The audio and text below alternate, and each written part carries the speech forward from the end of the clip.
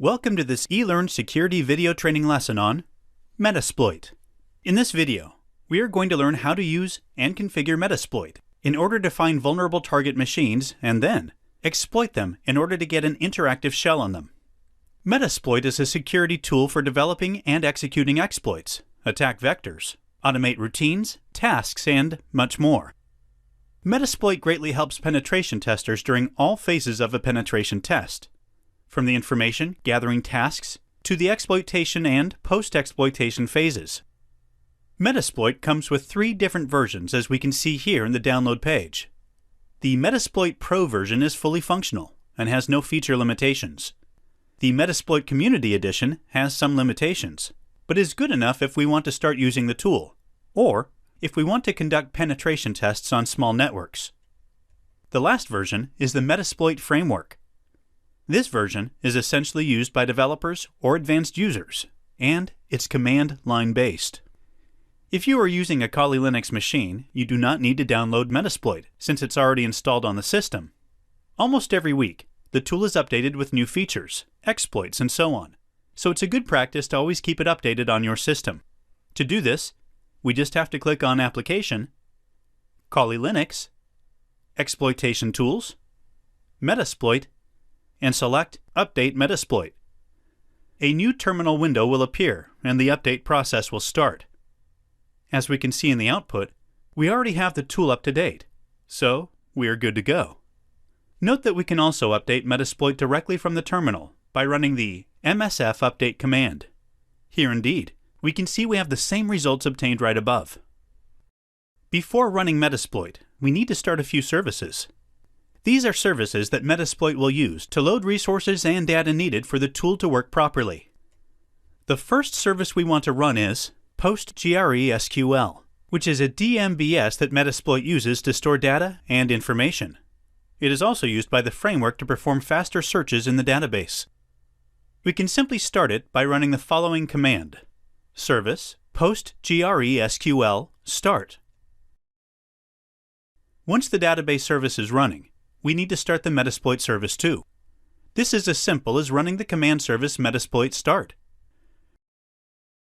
Once the command completes, we are finally ready to run Metasploit by typing msf console. Note that this task may take a while since it has to load many modules. We will know that it is finished once the prompt returns. Here we can see a small banner and some information about the tool, such as the current version installed on our system, the number of exploits available, as well as other modules such as auxiliary post, payloads, and so on. We will see later on what these modules are. As we can see, our prompt is changed and the string msf appears. This means Metasploit loaded successfully, and we are ready to start using it. The first command we want to run is help. This will prompt a list of available commands. As we can see, there are 2 main categories: core commands and database commands.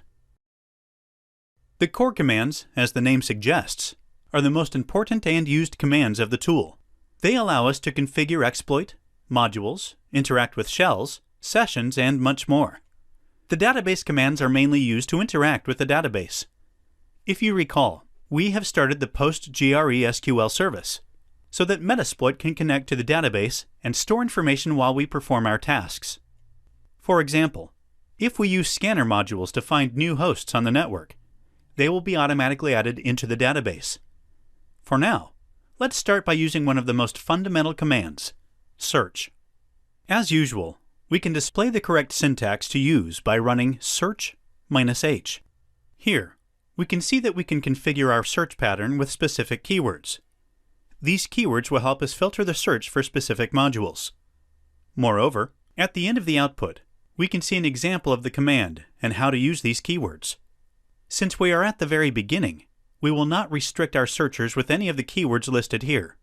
Instead, we will run a search in the whole framework. Right now, we need to get an idea of our target network. We do not know anything about it. Hence, we don't even know if there are any live hosts. Since we are attached on the same network of our tests, one of the most basic scans to find live hosts is an ARP scan. This should reveal a number of hosts available in our network.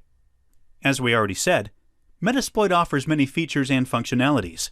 Scanning networks is one of these. As we will see in a moment, we have the ability to scan the target network directly from the MSF console. To do this, let's use the search command to verify if there is any module that may help us run an ARP scan. So, let's type search ARP and press enter. We can see we have different modules that match our search query. Here indeed, there is a module named ARP_sweep that seems to fit our needs. In the description, we can see that it executes an ARP sweep on the local network. So how do we use this module? It's very simple. We just need to copy the path of the module and then run the command use followed by the module. As we can see, the prompt changes and informs us that we are within the module ARP_sweep. Great. Now we need to configure the module in order to specify which network to scan. In order to see the available options for a module, let's type show options. Here, Metasploit prints out all of the options and parameters that we can set for the specific module. Note that some of these are required, while some others are optional. For example, we have to set the parameter rhosts, which is required and is used to define the target address range we want to scan. So let's do it by running the following command: set rhosts 192.168.102.0/24. With this command, we are saying we want to see the variable named rhosts with the following value, which in our case is the network range we are attached to. So let's run it, then execute the show options command once again. As we can see, the value for the variable rhosts has been set. Right now, we have all the required parameters set, so we can run the module. To do this, we can simply type run and press enter. The module starts and prints out some IP addresses. These are all the live hosts found in our network. Great. Now we have a list of possible targets for our tests. Note that our IP address is not listed in the output. Indeed, if we run the ifconfig command, we can see that even if we are in the same network, our IP address is not there. The next step is to get a bit more information about the machine found in the previous step. For example, we may want to run a port scan and verify what ports are open or closed. So let's use the search command once again and search for port scan. As we can see, there are a few modules that we can use. For our tests, a TCP port scan is what we need. So in the same way we did before, let's select the following module by running the use command. Before running it, let's see what options we have to configure. Once again, we have to set the target host's IP address. This time, instead of scanning the whole range of IP addresses, let's run the module against a specific host. For example, let's target the machine with address 192.168.102.128. Moreover, let's set the ports range from 1 to 500 with the following command, and then check the module configuration once again. We are now ready to go. Let's run the module. As we can see in the output, the module starts probing the machine, and here we have a list of open ports. So far, we know that the target machine has few open ports, but this is not enough to run any attack against the machine. Although the Metasploit port scanner works pretty well, we know there is a tool which is better suited for this task. We are talking of Nmap. Nmap will help us identify the target machine OS, services running on open ports, and so on. So let's use it in order to get more detailed information about the machine. Note that we do not need to run it in another terminal. We can run it directly from the MSF console. So let's run a full scan against the target machine with the following command. You should already know that the -A option runs all the scans, such as OS detection, version detection, scripts, and so on. Let's wait a few seconds until it finishes and then inspect the results. As we can see in the output, the target machine has the following open ports and it's a Windows XP.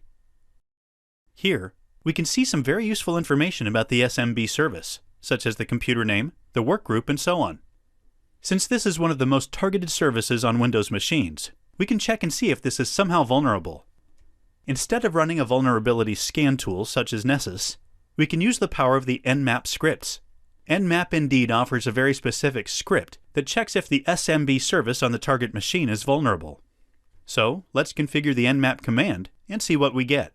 As usual, let's write Nmap, followed by the script we want to run against the machine, which in our case is smb-check-vulns.nse, and then add the script arguments unsafe equals 1. Once again, this command verifies if the SMB service of the target machine is vulnerable against well-known vulnerabilities. Great! As we can see from the output, it seems that the machine is vulnerable to this specific vulnerability, MS08-067. Now that we know enough information about the machine, we can try to exploit this vulnerability in order to gain access on the remote system. As usual, let's use the search command in metasploit and see if there is any module related to the vulnerability just found. So let's type search MS08-067 and press enter. As we can see, the search returns one result.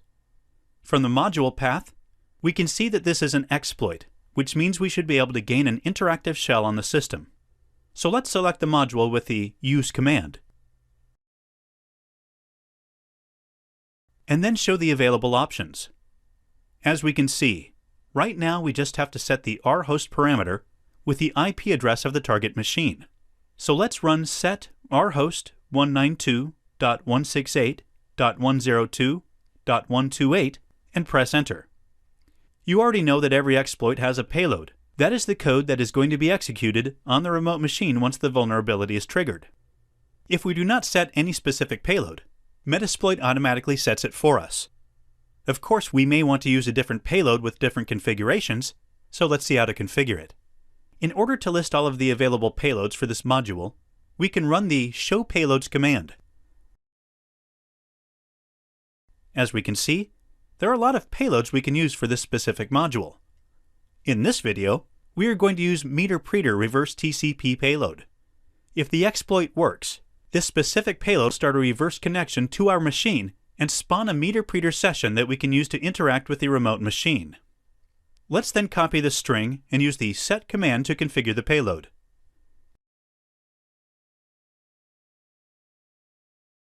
If we now run show options, we can see a new section for the payload options and parameters. The lhost parameter is the local host. In other words, the IP address of the machine of the attacker. This is the address that the payload will use to start the reverse connection. As you can imagine, the L port is the local port on which the payload will try the connection. Now we have everything set, we can run the exploit. To do this, let's type exploit and press enter. From the output, we can see that Metasploit starts a handler on our local machine. The handler will simply listen for incoming connections from the target machine. Remember that we have set a reverse TCP payload, which means that the victim starts the connection back to the attacker. Once the handler is set, the exploit tries to detect which operating system the victim is running and, as we can see, it detects a Windows XP SP3. Then it tries to trigger the vulnerability and send the payload to execute. The last line tells us that a new meter-preter session on the remote machine has been established.